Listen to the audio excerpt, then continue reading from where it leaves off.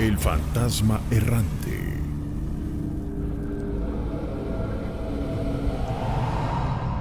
Mira, es una experiencia que pocos conocen. Se trata sobre la Estadio Azteca. Es una de las pocas cosas que realmente nos aterró. Sí. Somos ingenieros en estructuras del grupo INDI. Esto pasó después de la contingencia, después del sismo, del último sismo que tuvimos. Es una de las cosas, es una de las pocas cosas que nadie sabe sobre el Estadio Azteca. A ver. Después del temblor, estuvimos al día siguiente checando los cimientos del Estadio Azteca. Lo que pocos saben es que el estadio tiene 3 sótanos, 3 catacumbas donde descansan sus cimientos. Lo que pasa es que en nuestra primera exploración son 3 equipos de 3.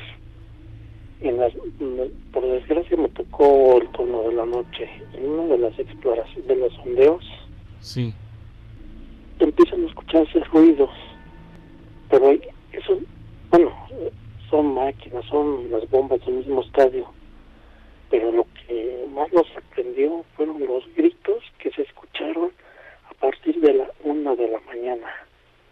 Wow. Y pues uno dice, pues fue el otro equipo, pero no. Nos encontramos con el primer y segundo equipo. Y por desgracia, en los sondeos, ellos escucharon lo mismo. No le pusimos importancia. Lo aterrador pasó en nuestro segundo turno. De donde se apoyan los mismos cimientos, hay pasos de gato que dan a la estructura. Realmente lo vimos entre 20 personas.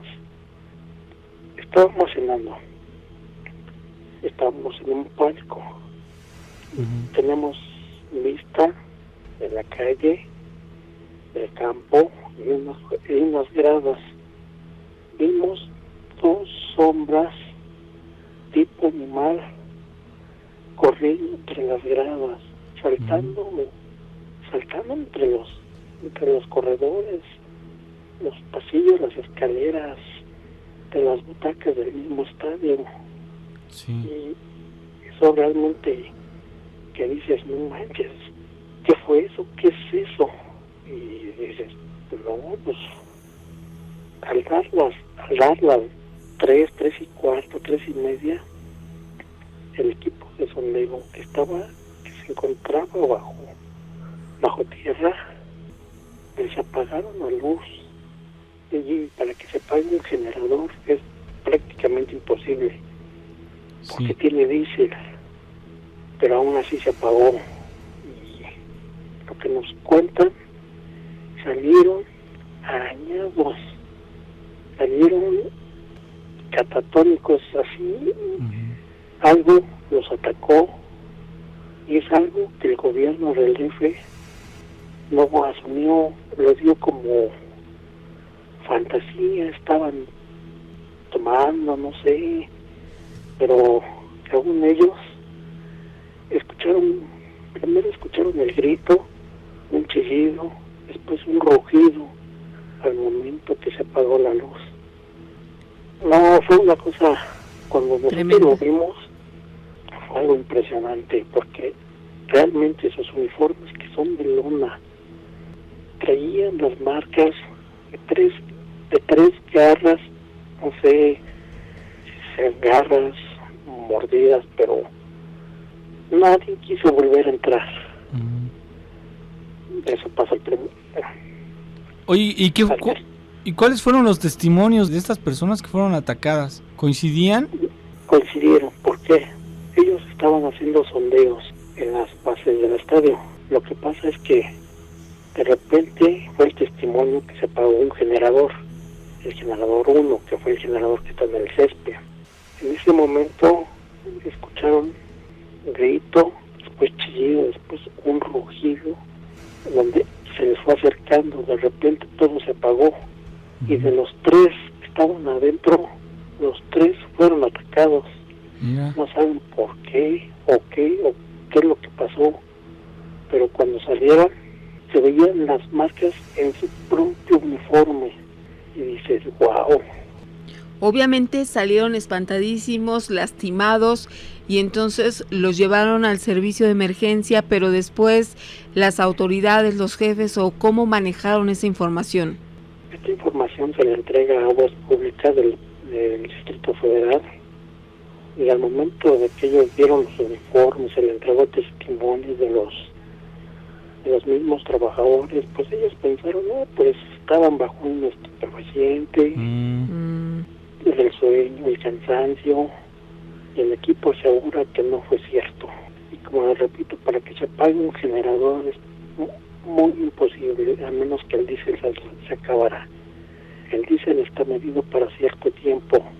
Sí. Tenían 5 horas de diésel para seguirle, y no supieron qué fue lo que pasó. ¿A estas personas las despidieron? Estas personas siguen, 2 de las personas siguen trabajando en diferentes zonas.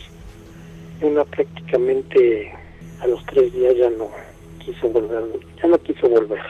Oye, esto quiere decir que por ahí los administradores o la gente del mismo estadio ya sabe que ahí ocurren cosas, ¿no? Exactamente, saben que estas cosas ocurren, siempre han ocurrido, pero esto se intensificó, según la guardia del estadio, después del primer sismo que tuvimos. ¿Del 19 de septiembre? Así es. Esto pasó después de que se abrieron los accesos subterráneos a las bases del estadio. ¿Como si se hubiera liberado por ahí algún ser? Mira, estos accesos estuvieron sellados casi 20 años, nunca se abrieron. ¿Por qué? Porque no hubo sismos de tal magnitud para decir, no, pues es necesario abrirlos. Sí. Pero por que fue toda una intensidad grande, se tuvieron que abrir a la fuerza. Claro, para revisar, ¿no? Para sondear la estructura, sus bases y las vigas maestras, que es lo que sostiene el estadio. Impresionante es que cuando nosotros bajamos, y digo nosotros porque yo iba, nos ocurrió realmente, como se los cuento, fue impensable.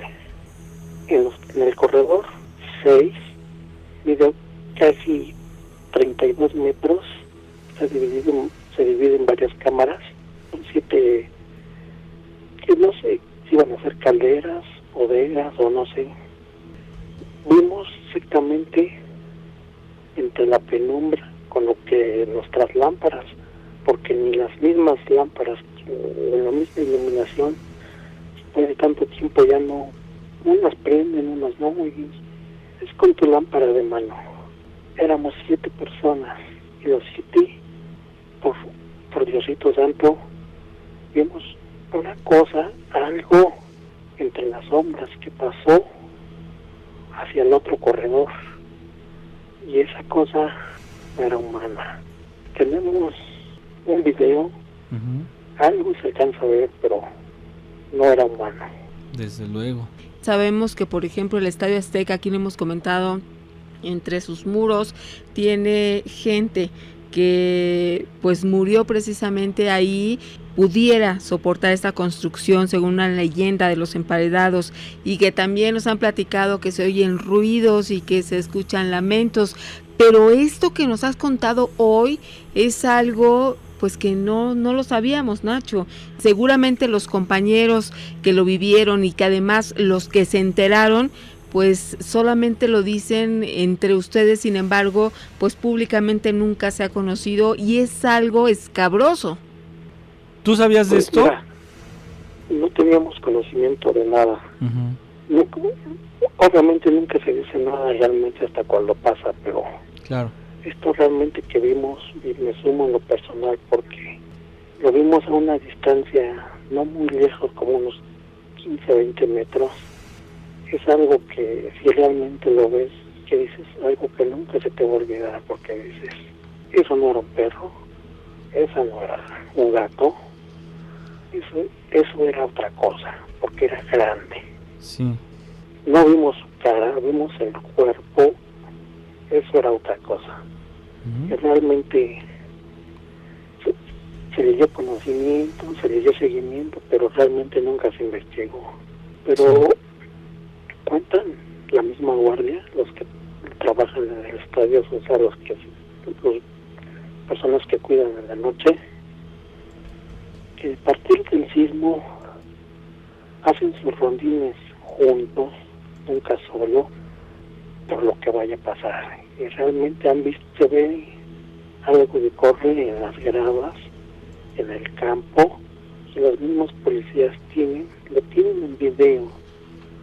Hemos visto, se ve cómo pasa corriendo entre las gradas en el campo. O sea, en el campo es algo aterrador. Claro.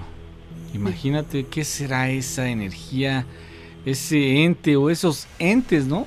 Que andan circulando ahí o manifestándose en un lugar que es icónico de la Ciudad de México, en donde pues se aglutinan las masas, Gina, para varios eventos, ¿sí? Miren, Nacho y Gina, lo que cuentan es que más abajo encontraron algo cuando se hizo el estadio, pero nunca se quiso excavar. Uh-huh. Cuentan muchos que puede ser una tumba, algún emperador azteca, algún regente, pero mantienen el silencio. Y como ya no se puede excavar más, primero permiso no hay.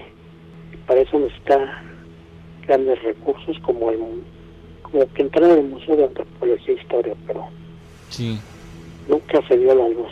Es lo que se cuenta en obras públicas del gobierno de la Ciudad de México. Qué interesante, de verdad, qué efectivo está resultando este miedotón, porque hemos recibido varias historias increíbles como la tuya. Sin embargo, no dejan de sorprendernos el hecho de que pues la actividad paranormal no para y se presenta en cualquier sitio. Muchísimas gracias, Gustavo. Pues ya ves que la vez pasada quedamos de que te iba a comentar algo del Estadio Azteca. Correcto, cierto. ¿Sí te acuerdas? Sí, cómo no me voy a acordar si nos dejaste bien picados. Mira, la vez pasada pasaron la narración de una persona que en los subterráneos del Estadio Azteca había pasado cosas muy muy feas que suceden allá abajo. Sí, así es. Pues la historia se basa en eso. Aquí en el pueblo hacíamos la tertulia todas las tardes, ya sabes, platicando cosas sobrenaturales y todo lo de terror. Sí. Y estábamos en una tienda, estábamos los primos, ya sabes, los amigos, y en eso entró don José, un vecino de aquí del pueblo, conocido y todo, ya señor grande. Se puso a escucharnos y nos dijo, pues ¿saben qué? Yo me salvé de morir en el Estadio Azteca. Órale, sí. Entonces nos dijimos, a ver, cuéntenos. Dice que él, cuando supo que estaban haciendo los cimientos, las primeras obras en el Estadio Azteca, se lanzó, se fue para allá a conseguir trabajo, se fue solo. Uh-huh. Dice que llegó y sí lo contrataron, pero Nacho, aquí lo que a él le cayó así de raro, sí, que conforme van llegando, pues les preguntaban de dónde venían, con quién venían, uh-huh, y pues él iba solo de acá de Toluca, y como los iban haciendo un censo, Nacho, sí, iban viendo quiénes iban solos, porque llegaron de varios estados. Dice que conoció a varias personas de varios lados y también de ahí del DF. ajá, A los del DF, pues en esa ocasión que les tocó hacer el trabajo que los mandaron de noche, en la madrugada, en las excavaciones muy profundas. Nos comentaba él que para bajar utilizaban una escalera muy muy larga, no sé cuántos metros, imagínate la profundidad de la excavación, claro, para una de las zapatas del estadio. Y otra de las rarezas que nos platicó, nos dice que ya estaba toda la estructura armada, ya amarrada y todo, para que hicieran el vaciado de concreto. Vuelve pura rareza, nos comenta él, que esa noche los mandaron, eran varias gentes, 10, 12 gentes, a volver a amarrar otra vez las varillas, lo que era la base. Ya estaban amarradas, pero los volvieron a mandar a que reamarraran. O sea, ¿como reforzar? Pues, reforzar, pero ya estaban amarradas. Sí. Pero, dice, fueron varias cosas. ¿Por qué nos mandaron a gente que veníamos de otros lados, que estábamos solas, sabían que no teníamos familia ahí cerca, ni mucho menos, sí, y volver a reforzar otra vez la estructura?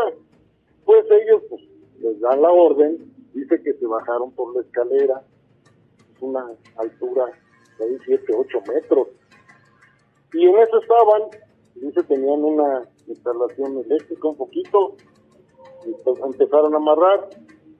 Él, y dice, lo que me salvó fue que me dieron ganas de ir al baño, y les comentaba que este señor, estando abajo con los demás compañeros, porque eran varios, dice, a mí lo que me salvó fue que me dieron ganas de hacer del baño. Eso es. Pero pues como estaban todos ahí trabajando, pues me subí a la escalera, llegué a un de los baños portátiles que tenían ahí, pero se dio cuenta que sacaron la escalera. No vieron cuando él salió, él estaba viendo la maniobra que estaban haciendo, sacaron la escalera. Y en ese momento dice que llegaron las revolvedoras, los camiones donde llevan el cemento, y empezaron a vaciar el cemento ahí en la fosa. No, hombre. Y pues los trabajadores, sus compañeros estaban ahí abajo, dice que ahí se quedaron, Nacho. Ahí los dejaron. Dice, yo nomás vi eso y como pude, me salí corriendo. Dice, ya no me paré, eran 2, 3 de la mañana. Dice, yo no paré de correr porque sentía que lo seguían para aventarlo para allá abajo junto con sus compañeros. No había manera de que se salieran ya. Pues al sacar la escalera, él se fijó cuando llegaron las revolvedoras y vaciaron el concreto con la gente allá adentro. Y ahí lo dejaron. Dice, yo me salvé por las ganas que tenía de hacer del baño, si no también me hubiera quedado. Y él lo vio, él lo vivió. Y por eso de la narración anterior de las catacumbas o los subterráneos que hay en el Estadio Azteca, es muy lógico que haya cosas allá abajo. Pues sí, definitivamente, porque ahorita retomando este tema que comentas, Guillermo, la vez pasada en el Miedotón precisamente nos platicaron una experiencia terrorífica de un ser espantoso que alberga ahí el sótano del Estadio Azteca. Es más, a los amigos que no lo hayan escuchado, está separado este relato en miedoteca.mx, ahí busquen en la sección de relatos, porque fue realmente impresionante. Y es que hay muchos relatos que encierra este lugar, Guillermo. Incluso se dice que ahí, por ejemplo, también se ve la aparición de un niño, y esto tiene que ver con las muertes que se le ligan en su construcción precisamente. Pues sí, y ese señor así nos lo comentó, que él estuvo a punto de quedarse allá abajo. Y les digo, lo raro es de que utilizaron gente que sabían que nadie iba a preguntar por ellos porque eran solos, llevaban un récord del personal y todo, y aparte los volvieron a mandar a hacer un trabajo que ya estaba hecho, que ya estaba listo para que enviaran el concreto. ¿Por qué los mandaron a esa gente? ¿Y por qué los mandaron a hacer ese trabajo? Pues precisamente para eso, para dejarlos ahí enterrados. Fue un pretexto, ¿no? Sí, pues totalmente. Fíjate, dice Tito Veros aquí, en las grandes construcciones solicitan almas para poder terminarlas.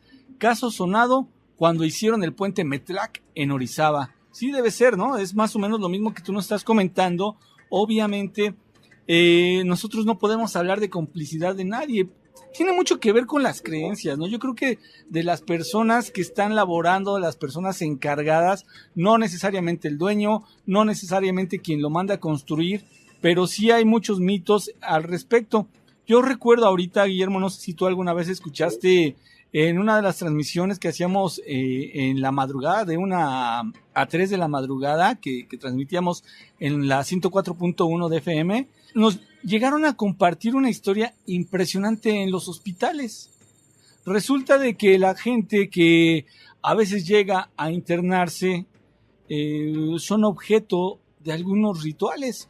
Obviamente estamos hablando de unos casos particulares, ¿no? Tan es así que los estamos comentando aquí, porque si fuera algo muy común, muy sonado, pues en vez de comentarlo aquí, tal vez lo estarían sonando en las noticias o cosas así. Son casos raros, cosas extrañas que solamente aquí van a escuchar. Bueno, pues esto de los hospitales nos mencionaban que gente que ya está a punto de morir, o gente que llegan solos o que los tienen muy desatendidos sus familiares, son los que eligen como víctimas.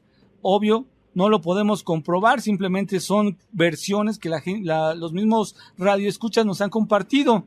Entonces decían que los utilizaban para hacer algunos rituales, unos dicen que satánicos, otros dicen que de otra índole, pero igual rituales. Al fin, no creo que las personas, los encargados de los hospitales o de las habitaciones, ya ves que se van dividiendo por pisos, no creo que ellos hayan tenido que ver, sino que más bien parte de las personas que están ahí son los que hacen este tipo de cosas. No todos, algunos que están ahí, digamos, como infiltrados o veto a saber.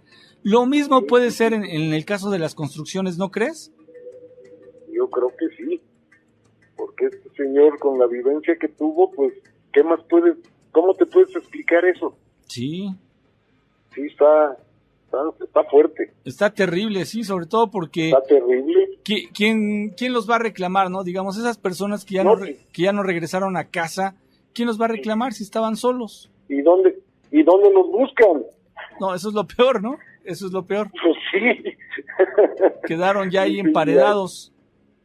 Sí, bastantes historias sobre ese tema. Oye, pues qué interesante. Ya habíamos escuchado algunas versiones, pero nunca nos habían platicado algo así tan directo como fue tu caso, ¿no? Obvio, sabemos que alguien a ti te lo platicó, algún conocido, pero que ese conocido tuyo estuvo justamente ahí y por un pelito se salvó. Sí, así es, Nacho. Pues esa fue mi historia de esta noche. No, pues nosotros te agradecemos mucho, Guillermo. Sabemos que tienes más que platicar y compartir con nuestros amigos. Esperaremos para la próxima, ¿no?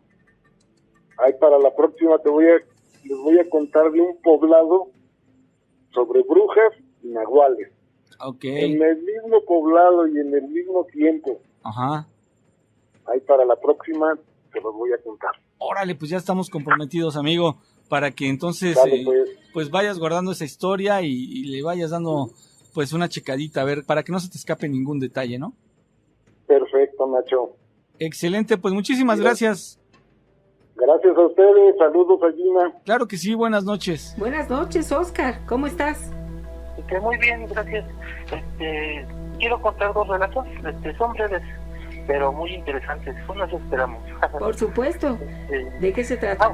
El primer relato es respecto a que, no sé si se acuerdan que ya hace mucho tiempo, casi a principios de años, el amigo Tito Veros contó un relato sobre las construcciones luego de las carreteras que piden sacrificios de personas para que les den permiso de hacer las construcciones o para que no se detengan, o sea, para que avancen más rápido. Sí. Entonces, pues yo tengo una historia sobre eso, sobre un trabajador que yo tuve. Yo tengo una panadería aquí en Ecatepec, entonces le di trabajo a un chavo que era de Guerrero. Dice que él venía así como huyendo, por así decirlo, de allá de Guerrero, porque dice que él trabajaba como peón en una construcción, en un puente que hicieron ahí por Tlapa y por Guerrero. Entonces dice que él, como era por así decirlo, mandadero del residente de obra, que se quedaba hasta más tarde.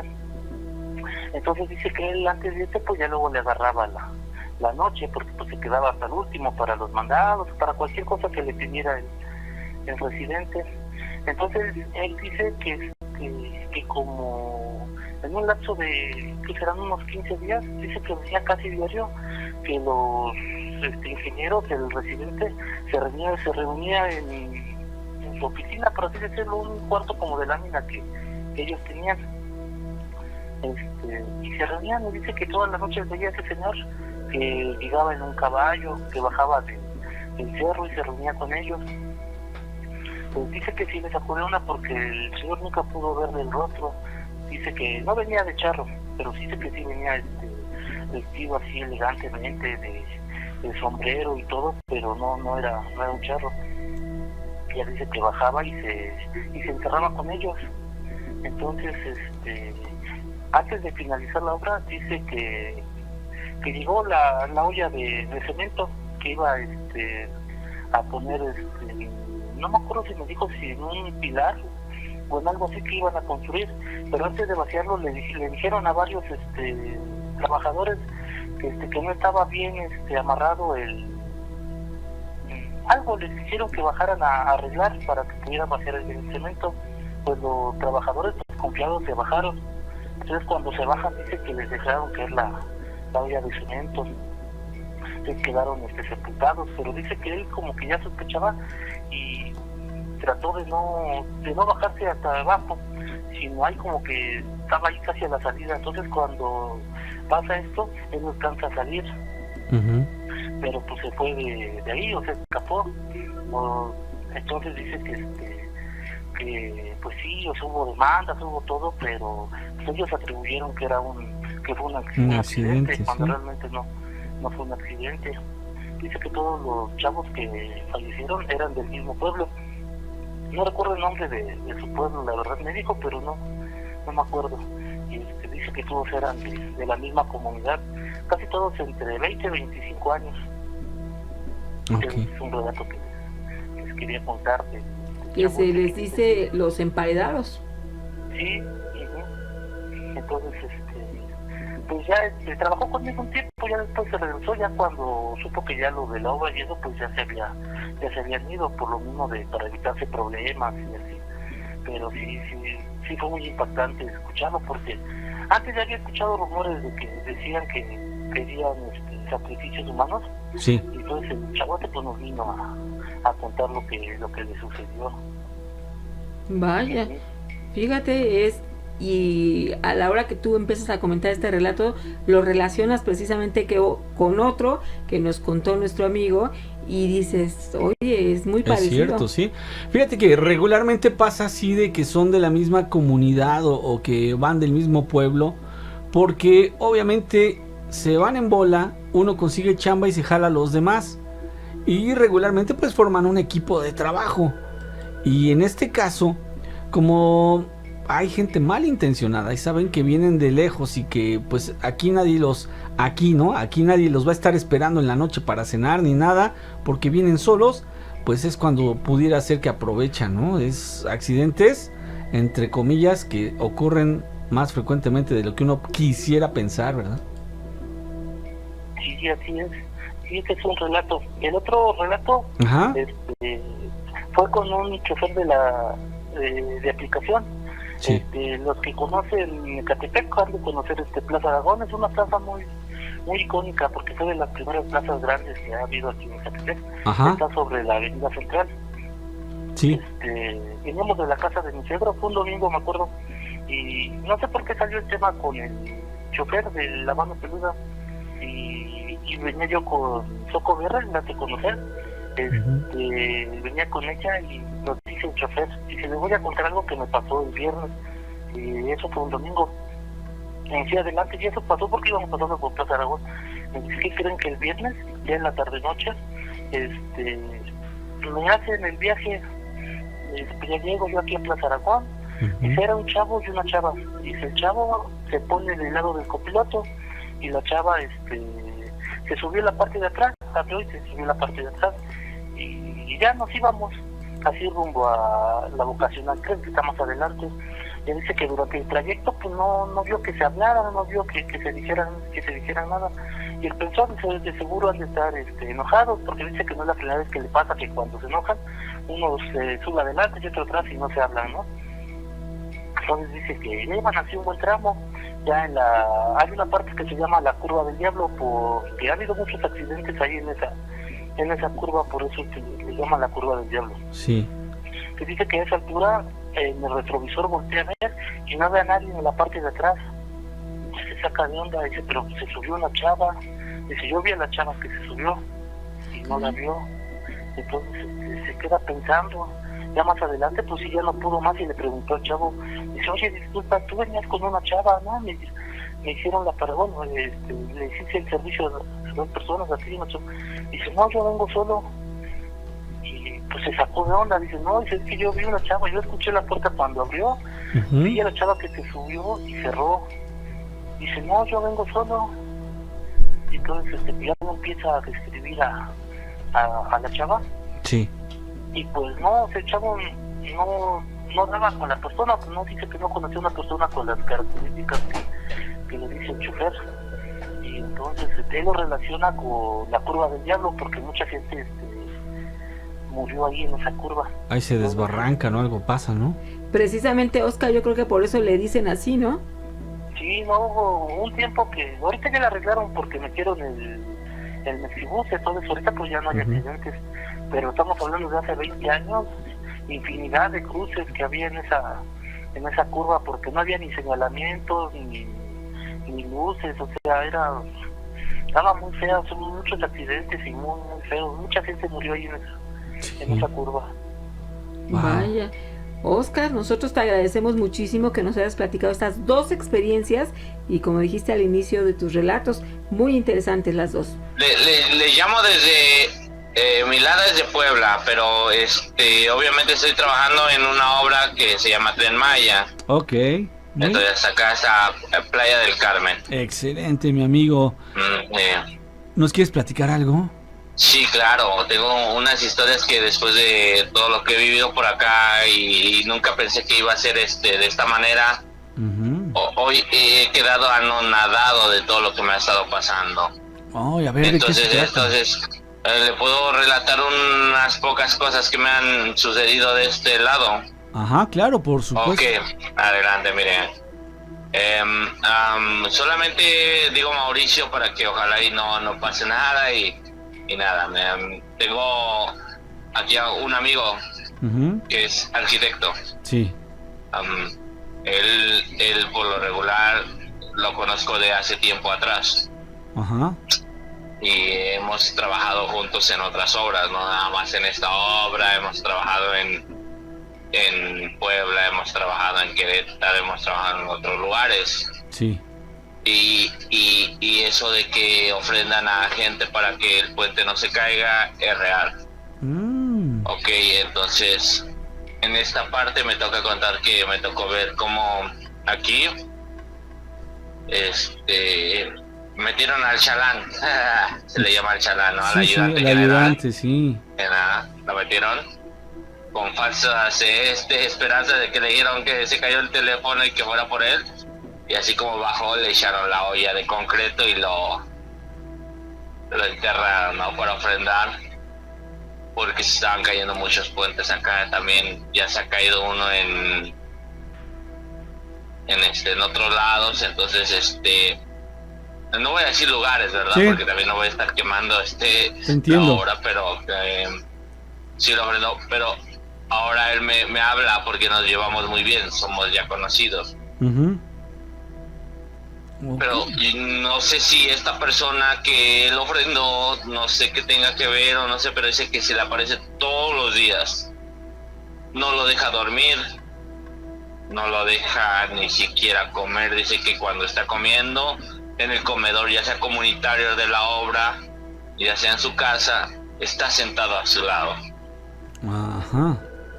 Pero dice que él le aparece con una forma ya demacrada, o sea, no como lo conocía, o sea, no así físicamente como era la persona, no, ya estando demacrado, ya como una persona muerta. Ajá. Y se sienta a su costado. Perdón, voy a apagar mi máquina porque la voy a parar que se escuche, porque yo no la escucho. Muy bien, Acabo de apagar mi máquina, De hecho, yo estoy ahorita trabajando. Estoy en turno de noche. Ok, amigo, sí. Entonces él me comenta y me dice, porque dice, es que tú conoces a estas personas, dice, podrías preguntarles ¿qué es lo que puedo yo hacer? Le digo, yo te conozco como persona, como amigo, y yo sé que eso lo hacen, no aquí, no nada más tú, muchos los entregan para que dure, o para que es como una ofrenda. Ajá. Pero sí se han presentado ahorita cosas muy, muy grotescas en este tramo, precisamente. Uh-huh. Voy a tratar de evitar nombres, ¿no? Y está todo. Bien. Sí, pero se han suscitado muchas cosas. He visto muchas ofrendas humanas, uh-huh, que meten a los chalanes a los boquetes, se les llama perforaciones. Pero obviamente son personas que pues a lo mejor son indigentes, unos son chalanes, unos son pues alguien que no los va a reclamar en un buen tiempo. Ok, sí, te entiendo perfectamente, y sí he sabido que esa es la condición de las personas que suelen pues ser víctimas de esto. Ahora, tu amigo, el arquitecto, ¿él persigue o sigue algún culto o por qué razón piensa que eso sí pudo haber o ser efectivo para evitar problemas? Él es completamente católico. De hecho, me ha dicho que ha hablado con su familia porque dice que ya no lo dejan dormir. Ajá. Ya ni siquiera puede dormir. Lo he visto y él estaba de una complexión de unos 80 kilos. Sí. Y en 15 días, después de lo que fue el colado, 20 días aproximadamente, esa persona lo ha demacrado como usted no se imagina. Lo veo y ahorita está esquelético, está demacrado, o sea, sí, se lo está acabando. Yo creo que no duerme, dice que no come, dice que ni siquiera pastillas, nada que pueda tomar, no puede conciliar el sueño. Así ¿no? Es. Y si duerme, lo sueña. Y si despierta, ¿cómo se llama? Desayuna con él. O sea, esta persona que quiero pensar que ofrendó, uh-huh, era alguien especial, no era cualquier persona. Es una de las posibilidades, mi amigo, pero yo no entiendo si el arquitecto, ¿verdad?, se considera pues sí, católico. ¿A quién le hizo esa ofrenda? Es que, bueno, vuelvo a repetir, para ellos es ofrendar para que no se caigan los puentes. Te vuelvo a repetir. Sí, lo sabemos. Ajá. Lo sabemos, pero vamos, o sea, si él hubiese sido seguidor de algún culto relacionado con ese tipo de actos, tal vez lo justificas, ¿no? Dices, pues es que él en sus creencias siente que así y asado, pero siendo católico está muy lejos de esa acción, ¿no? O se dejó llevar tal vez por algunos dichos de las personas.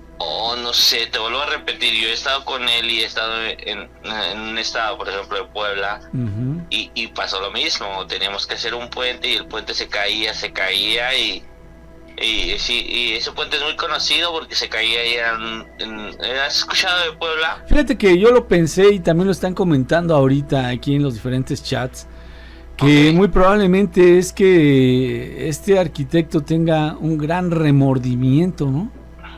Sí, claro, ¿cómo no va a ser?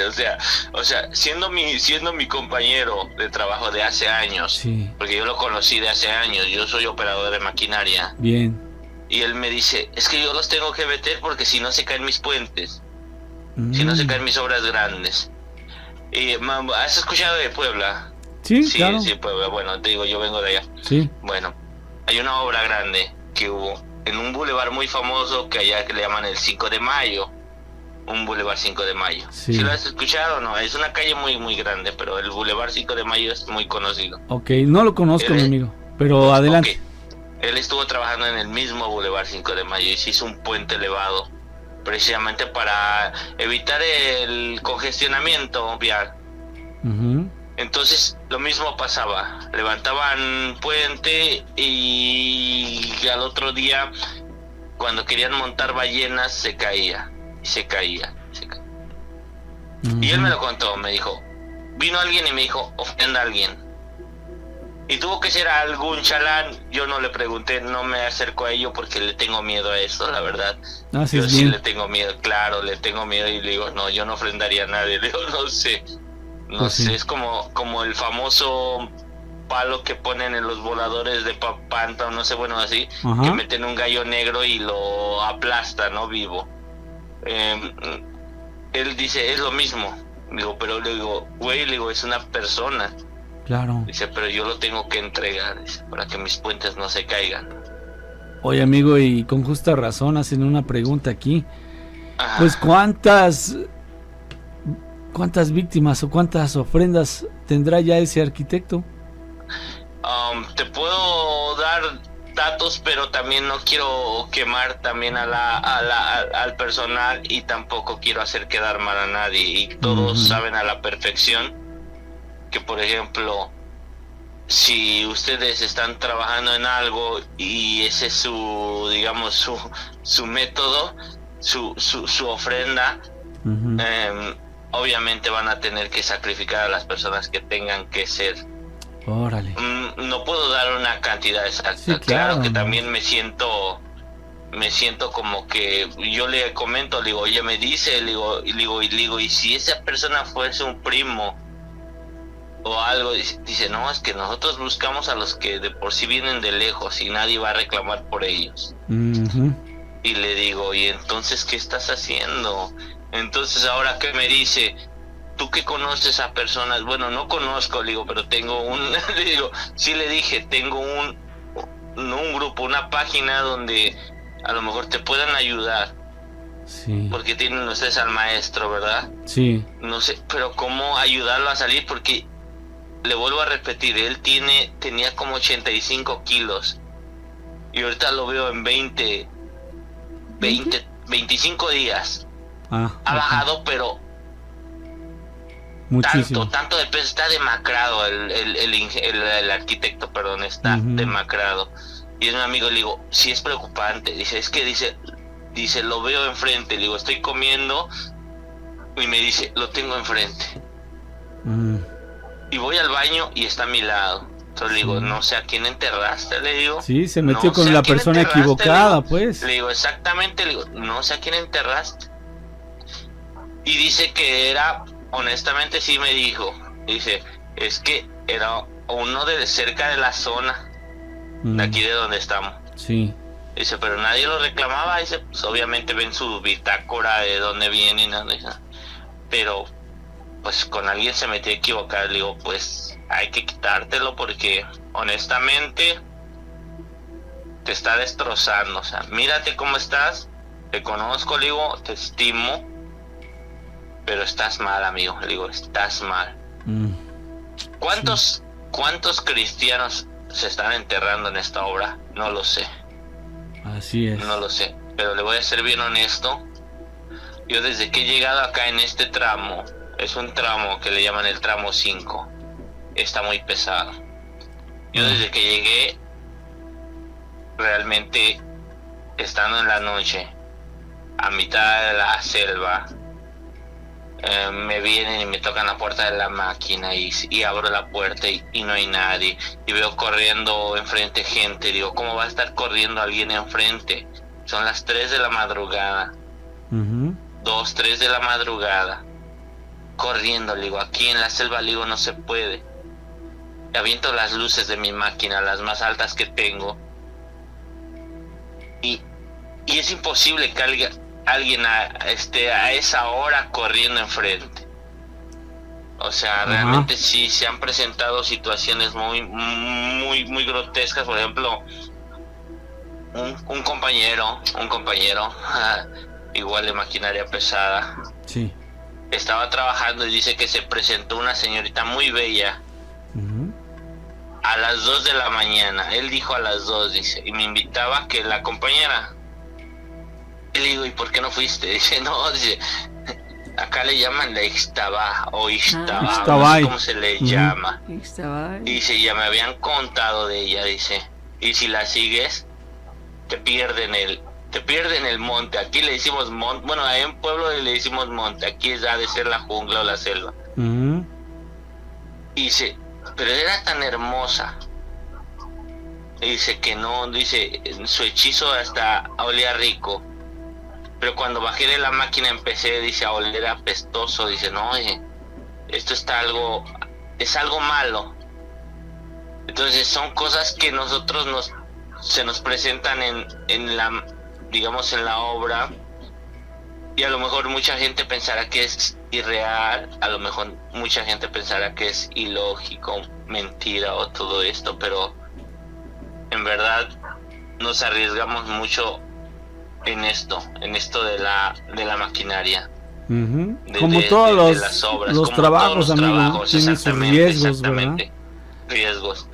Pero yo sí le voy a decir algo, lo último que tuve apenas, fue exactamente hace una semana atrás, fue claramente que estaba haciendo una excavación, y como a las 2, 3 de la mañana aproximadamente, claramente vi como de mi excavación salían corriendo unos niños, pero pequeños, y yo dije, no, digo, a ver, estoy desvelado, 3 de la mañana, y me dio unas cachetadas, pues suelo hacer eso, cuando ya mi cara no, bueno, mi organismo no, me doy unas cachetadas así fuertes en la cara. ¿Cómo va a estar viendo a niños saliendo de la excavación?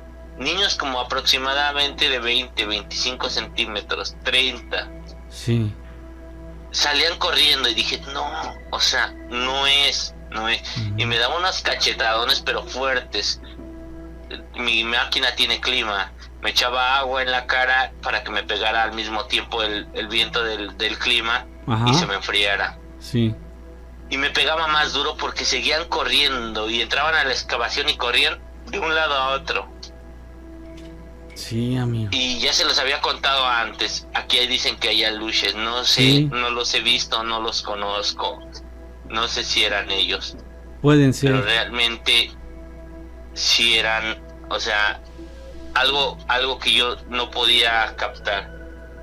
Y le dije a mi compañero, le digo, tú estás trayendo esas malas vibras conmigo, le digo, porque yo nunca lo había visto. Ya llevo 1 año y medio trabajando en esta obra.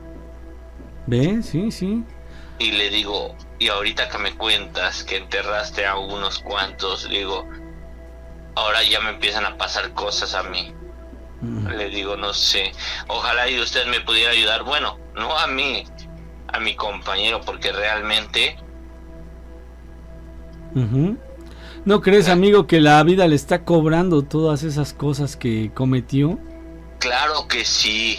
Yo le digo, no sé, nos conocemos de tiempo atrás, y le digo, lo mismo, digo, el que enterraste en Puebla, el que enterraste en Querétaro, el que enterraste en Guanajuato, en Guerrero, digo, ¿tú crees que no te están siguiendo? Sí. Híjole. Digo, ¿tú crees que no te están siguiendo? Digo, bueno, esos no, pero que enterraste aquí, ¿por qué se te aparece en tu desayuno, en tu comida, cuando duermes? Él está ahorita demacrado, créame. Sí, te entiendo. O sea, yo lo conozco, pero en 20 días no puedes, no sé, a menos que sea una enfermedad casi terminal para que te acabe de esa manera. Pero en 20, 25 días está destrozado este arquitecto. Sí. Porque dice que lo sueña, come con él, se baña y dice que lo tiene a un costado. Bueno, si te parece bien, amigo, mañana vamos a preguntar al maestro Soham qué se podría hacer, si es que hay algo que se pueda hacer. Sí, claro, porque al final de cuentas yo le digo a él, tú los estás haciendo para tu chamba. Así se hacen en muchos lugares, así se ofrenda gente, pero no sé a quién ofrendaste ahorita. Así es, ni a qué deidad se le está entregando, ¿verdad? A lo mejor son dedicados a Satanás o no sé a quién. Por lo pronto te agradezco mucho que hayas platicado esto tan serio, tan difícil de entender, pero que sucede. Muchísimas gracias, Mauricio.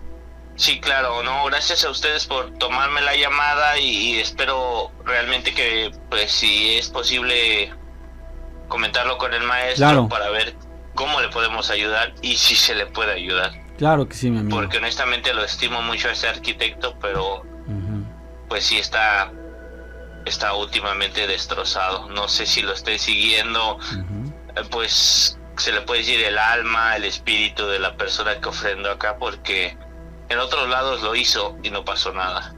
Así es. Pero acá creo que se metió con la persona Bueno, equivocada. así es, mi querido Mauricio. No sé, pero bueno. Muchísimas gracias. ¿Y qué nos quieres contar? Sí, pues sobre lo que habían estado hablando o han estado hablando del tema de los emparedados, de los puentes y las construcciones que hay mitos para que se sostengan, que tienen que ahí meter gente, ¿no? En el concreto, algo así.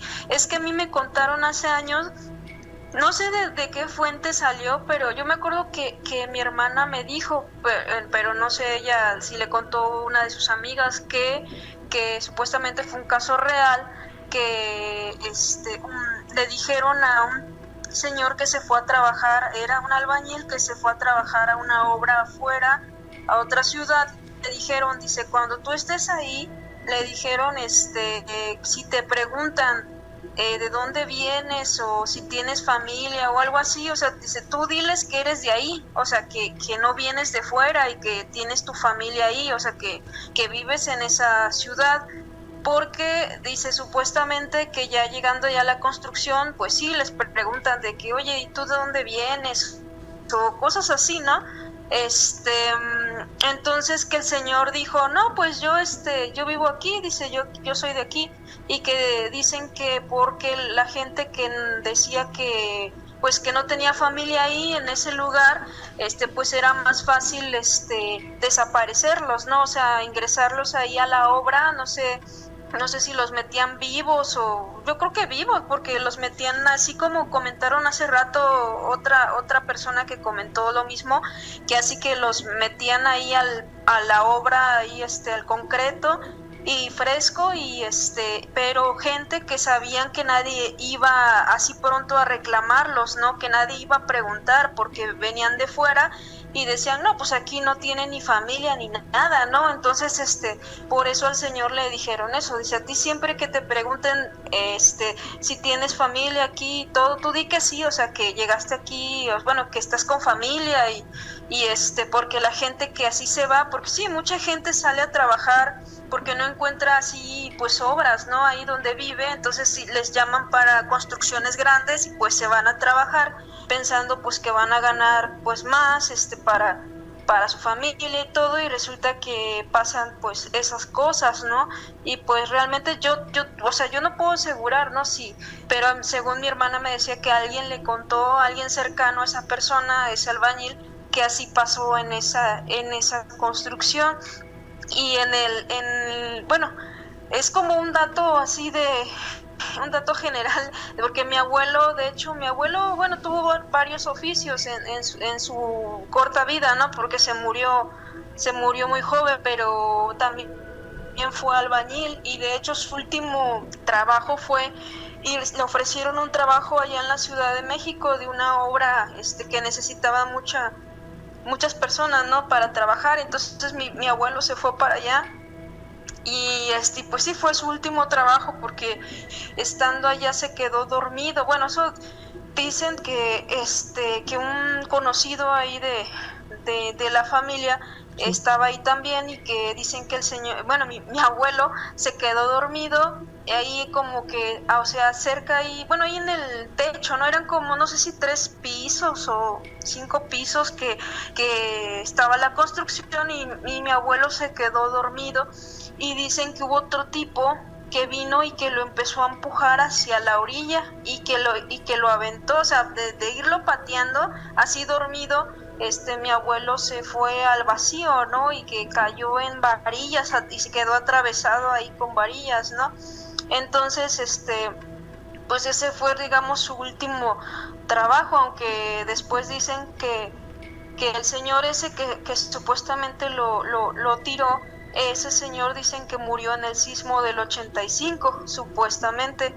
Entonces, Pues sí, o sea, bueno, me acordé de mi abuelo por todo lo que están diciendo, pero pues mi abuelo pues murió de eso, de que lo aventaron ahí del dormido, que se quedó dormido ahí en el piso ese, no sé, quinto piso, y pues ya ahí quedó, ¿no? Ahí se murió, ¿no? Pero bueno, afortunadamente no le pasó que como lo que han estado comentando, ¿no? Que nada más de repente no hubieran sabido nada de él, o que ya no hubiera regresado, y que pues mi abuelita se hubiera quedado esperando ahí qué onda y todo, ¿no? Sí. Pero sí, o sea, hay mucha gente mala. Oye, pero diste una buena recomendación, por si alguno de los amigos que nos está escuchando trabaja en construcción y les sale un proyecto muy grande, pues que siempre digan que sí, tienen familia ahí, ajá, aunque no sea cierto, ajá, ¿verdad? Sí, que tienen ahí, que si les preguntan, no, pues yo estoy aquí, o sea, aunque vengan de fuera, pero no, yo aquí tengo mis familiares, no sé, tengo, no sé, un hermano, un tío, no sé, o sea, siempre alguien, porque así ya va a ser un poquito más difícil que se metan contigo, porque saben que pues van a preguntar la familia, ¿no? O sea, en teoría, aunque pues sepa que, bueno, la persona sepa que su familia está lejos, pero como que es una forma de protegerse de, pues, o sea, de esas personas, ¿no?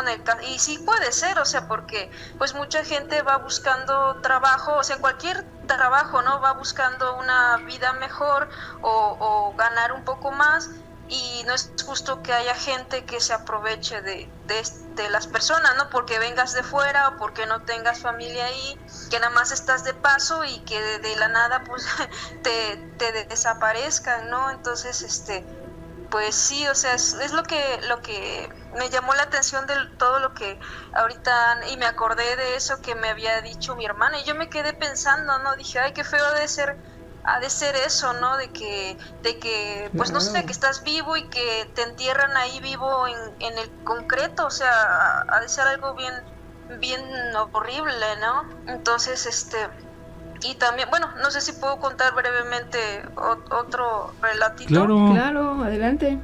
Ah, sí, es que también me acordé, bueno, ya no relacionado con la construcción, pero me acordé que hace muchos años, bueno, yo cuando era niña, cuando tenía 4 años, creo, a mí me dejaron dormida, en el segundo piso donde vivía mi abuelita, y resulta que ahí me dejaron dormida, pero yo desperté pero estaba todo oscuro, ¿no? O sea, no me dejaron la luz ni prendida ni nada, y nada más abajo se escuchaba que estaban platicando y todo, pero yo me quería bajar de la cama. Entonces, dice mi mamá que porque yo empecé a llorar, o sea, porque yo me quería bajar y que yo veía un payasito que no me dejaba bajar. Entonces ya cuando me escucharon que yo estaba ahí gritando, fue mi mamá a verme, y le digo, mamá, es que ese payasito, le digo, un payasito estaba bailando y no me dejaba bajar de la cama, ¿no? Entonces, quién sabe qué sería eso, ¿no? Porque, bueno, yo tenía 4 años y yo tuve que llorar para que fueran ahí a prenderme la luz, porque no me dejaron ni la luz prendida, ¿no? Y también bueno, ya por último, resulta que también hace años yo vi una historia, pero en la televisión, supuestamente de hechos reales, de un señor que tenía miedo a la muerte, o sea, que estaba enfermo, pero que salía a correr todas las mañanas, y resulta que ahí le da un infarto donde andaba caminando, ahí corriendo. Ajá. Resulta que lo declaran muerto, y resulta que el señor pues lo velan y todo, ¿no? Entonces, resulta, no lo velaron, no, de hecho, se quedó ahí, o sea, lo fueron a dejar ahí a la morgue, ahí para que lo fueran a reconocer sus familiares. Entonces, estando ahí mismo, se levantó, o sea, se levantó así como que, ¿y ahora qué hago aquí? No, estaba todavía pues vivo, ¿no? Se despertó ahí en la camilla, ¿no? Entonces, pues ya de ahí como que vivió más con el temor, y le dijo a la esposa, le dijo, dice, si me llega a pasar esto otra vez, porque él tenía miedo de despertar, pero enterrado, ¿no? Entonces le dijo a su esposa, entiérrame con el celular, dice, ahí, entiérrame, porque yo te voy a llamar si yo estoy vivo, ¿no? O sea, si yo despierto ahí abajo, dice, enterrado, yo voy a llamar. Y entonces resulta que ya, o sea, vuelve a pasar el tiempo, y el señor otra vez cae le vuelve a dar, no sé, otro infarto y ya ahora sí lo declaran muerto. Lo velaron, de hecho la señora ni lo quería enterrar porque decía, no, pues es que yo quiero esperar a ver si él despierta y todo, ¿no? Pero le decían sus hijos, no, pues ya, o sea, que hay que ir a enterrarlo. Entonces ya, y sí le puso el celular, ¿no? Ahí se lo puso en su mano. Resulta que ya cuando iban bueno, ya lo enterraron y todo, ¿no? Resulta que la señora siempre estaba pegada al lado del teléfono, siempre esperando, y le decían sus hijos, no, ya quítate de ahí, ¿no? O sea, no va a llamar, o sea, ya está muerto, ¿no? Entonces ya como, no sé si al segundo o tercer día, reciben una llamada del celular del señor. Entonces, dice la señora, dice, mira, es el número de tu papá, ¿no? Y entonces ya ven los hijos que pues sí, o sea, que entonces vamos corriendo, ¿no? Al cementerio, y en lo que pedían permisos para ir a abrir y todo, porque no los dejaban, abrir la tumba, ¿no? Entonces, en lo que estaban ahí, y todo, resulta que llegó, que ahí uno de los vigilantes ya como que se condolió de ellos, porque él les dijo, dice, no, dice, el que les llamó fui yo, dice, porque que según él acostumbraba pues a robarle a los muertos, ¿no? Y que él se había dado cuenta que iban a enterrarlo con un celular y que después, no sé cómo fue que él le robó el celular ahí al muerto, y él por equivocación, no sé si en plan una tecla o algo, y entró la llamada ya a la casa del señor y pensaron que era él. Entonces que ya no abrieron la tumba, porque ya dijeron los hijos, no, dice, es que porque se quedaron ya con esa idea de que, bueno, el señor ese lo mandaron a la cárcel, ¿no? Lo detuvieron por andar robando pertenencias ajenas, pero en la tumba ya no la quisieron abrir, o sea, aunque ya habían pedido permiso y todo, dijeron los hijos, no, dice, es que aunque él haya despertado, dice, él ya no tenía el teléfono en la mano, dice, o sea, ya no se atrevieron a abrir, y dice, para los días que ya lleva, dice, ya no, o sea, aunque haya despertado, ya no está vivo. Entonces, sí, como que sí me impactó esa historia, ¿no? Porque digo, no, si llegara a ser real, y de hecho una señora decía, una amiga de mi mamá, no, a mí cuando me entierren quiero que me corten las venas, dice, porque yo quiero estar segura de que ya no voy a despertar ahí, muerta. ¿No? Porque... ¿Manda? Está segura de que está muerta, ¿no? Ajá, o sea, pero, de hecho, pues yo creo que a la hora del embalsamamiento no creo que, o sea, porque les meten cosas, ¿no? Ahí en el cuerpo, yo no creo que ya vayas a despertar, o sea, aunque estés vivo todavía te meten ahí el formol y todo eso, yo no creo que, bueno, si es que te embalsaman, ¿no? Pero, si no, pues, o sea, la cremación yo creo sería, pero hasta eso dicen que los muertos cuando están en la cremación, como se les calienta la sangre, dicen que a veces en el horno empiezan a caminar, o sea, que según se empiezan a mover porque la sangre se vuelve a calentar ahí. Entonces, pues no sé, todo eso así como que da miedo, porque una amiga también decía, no, dice, es que, dice, a mí me da miedo, dice, que eso de las cremaciones, porque dice que puede haber, ¿cómo dijo? Es tráfico de cuerpos, o sea, que como tú no ves a la hora que los queman, que te den un, ¿cómo se llama? Que te den una caja ahí que quién sabe de qué sea, ¿no? Ceniza de un animal o de otra cosa, ¿no? Sí. Sí, pues es dentro de los mitos que se dice, que no necesariamente te dan los restos, las cenizas de tu familiar, pero pues como comprobarlo, ¿verdad? Exactamente, nada más pues queda ahí como la leyenda urbana y pues el temor, ¿no? Bueno, que de hecho ahorita yo como, bueno, yo ya digamos que de niña pues sí me daba mucho miedo, ¿no? Pero yo creo que ya conforme uno va creciendo, ¿no? Como que tal vez tú vas madurando o vas entendiendo ese proceso de la vida y de la muerte, ¿no? O sea, como que ya no se hace como tan, o sea, sí me da miedo, pero no así como cuando era niña, que hasta pesadillas y todo, ¿no? Como que ya lo ves como con más filosofía, yo creo, de que dices, no, pues es un proceso, yo qué sé, ¿no? Pero sí, hay cosas que sí impactan, pero pues muchas gracias, les agradezco por haberme llamado. No, gracias a ti por haber participado. Saludos hasta Jalapa y en general a todo Veracruz. El fantasma errante.